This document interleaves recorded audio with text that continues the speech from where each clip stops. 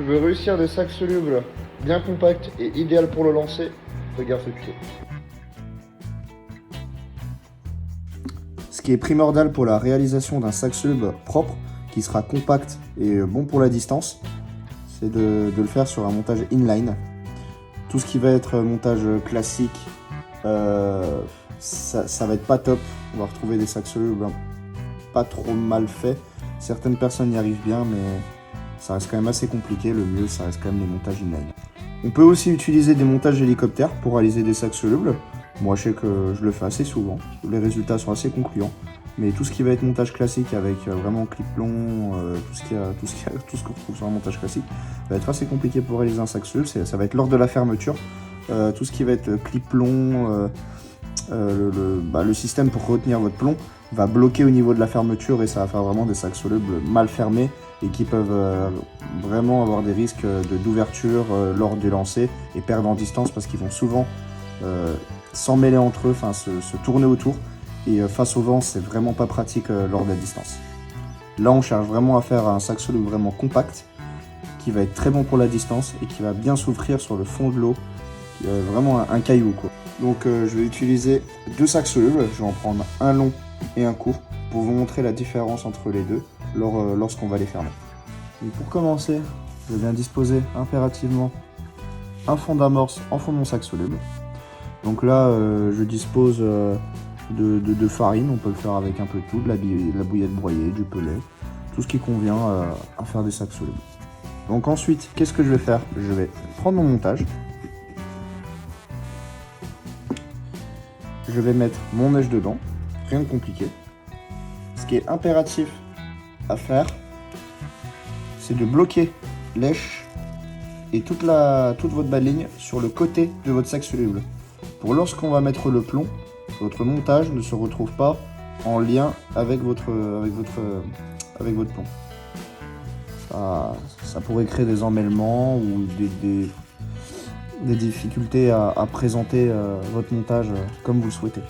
Nous, on cherche à présenter un montage propre. Donc voilà. Ensuite, je viens disposer mon amorce. Voilà.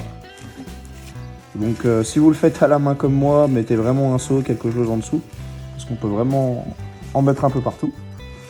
Donc sur des longs sacs solubles, moi je vais aller à un peu moins de la moitié. Voilà, comme ceci. Ensuite, je vais mettre mon plomb. Je vais le faire tomber au milieu. Comme vous voyez, mon plomb est ici.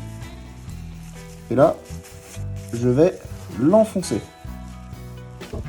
pour qu'il se retrouve à l'intérieur de ma farine.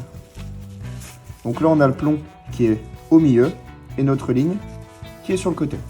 Donc maintenant que j'ai ma tête de ligne, je vérifie qu'elle est bien en dehors et que mon plomb est bien enfoncé. Je vais tasser. Voilà. Je tasse, je tasse, je tasse. Voilà. Ensuite, je peux regarder. Donc là, on est vraiment à beaucoup moins de la moitié, donc je peux en remettre. Comme j'ai dit, le résultat, à la fin, doit être à un peu moins de la moitié. Après, tout dépend le type de canne que vous avez, les distances que vous pouvez atteindre. Si vous vous retrouvez avec des 12 pieds, 13 pieds en 3 livres et demi, 4 livres pour certains, un gros sac s'envoie parfaitement.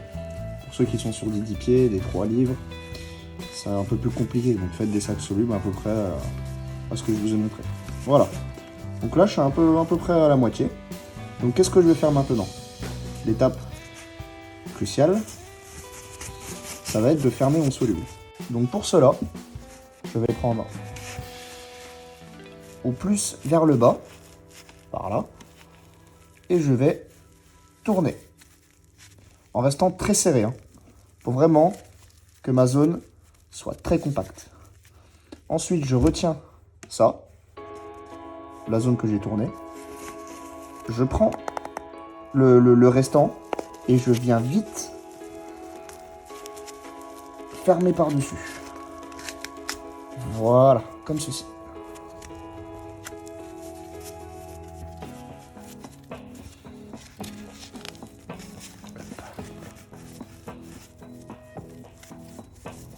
Et là, comme vous le voyez, on a un soluble dans un premier temps vachement propre, bien compact, mais ce n'est pas encore fini.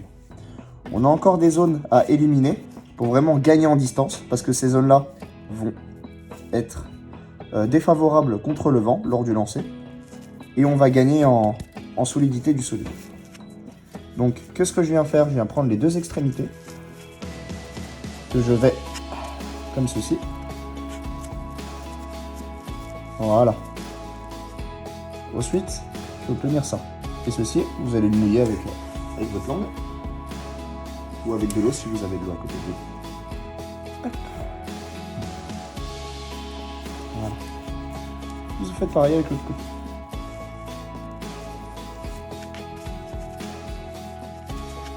Et après, vous allez obtenir vraiment un vrai caillou. Voilà.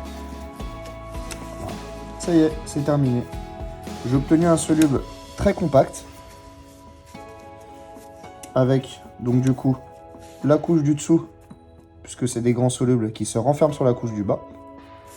Donc ça facilite vraiment la solidité. Vous pouvez voir, je peux tirer dessus, il ne va pas bouger. Si vous voulez vraiment tirer dedans, atteindre des grosses distances, et aucun pli ne sera détecté, rien du tout, qui vous défavorisera sur de la longue distance.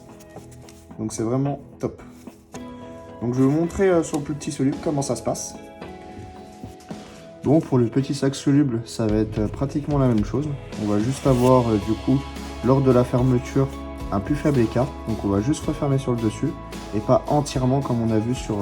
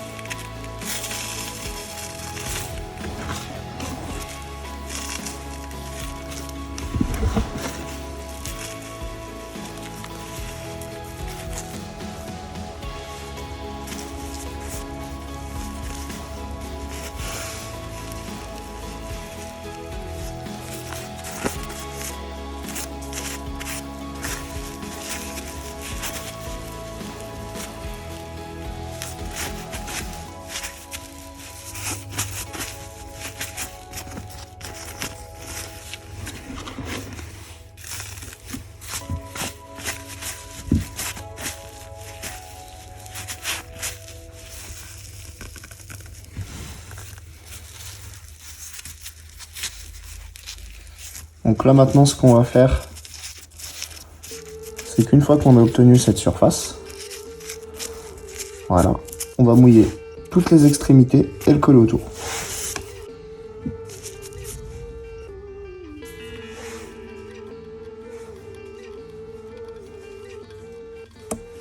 Donc là je viens de mouiller cette extrémité là, on va faire pareil tout autour.